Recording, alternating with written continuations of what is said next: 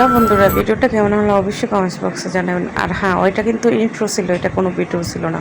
ওই ইন্ট্রোটা আমার খুব ভালো লাগছিল, তাই আমি আপনাদের সাথে একটু শেয়ার করলাম আর কি।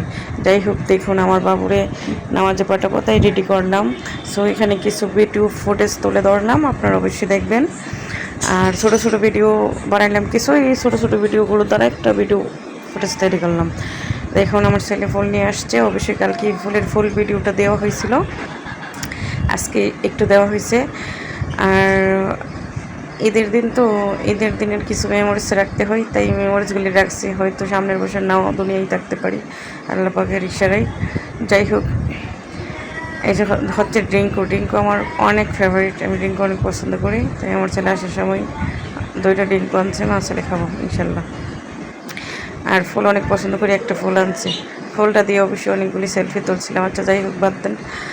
আর নামাজ থেকে আসার পরে তাদেরকে নাস্তা দিয়েছি, নাস্তা খাচ্ছে বাপ ছেলেরা। আমার ঘরটা একটু অগোছালো, কারণ আবার গুছাই নিব।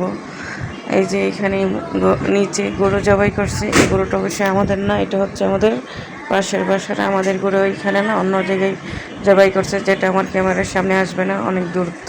সো আমি অবশ্যই আপনাদের দেখাবো। এই যে আমাদের গরুর গোশত চলে আসছে, সব কিছু রেডি। তবে এখন কিন্তু প্রায় 3টার পার হয়ে গেছে। সো কেমন লাগলো আমার ভিডিওটা অবশ্যই কমেন্টস করে জানাবেন। ভালো থাকবেন, সুস্থ থাকবেন, অবশ্যই আমার পেজটি ফলো করে সাথেই থাকবেন। আল্লাহ হাফেজ, আসসালামু আলাইকুম।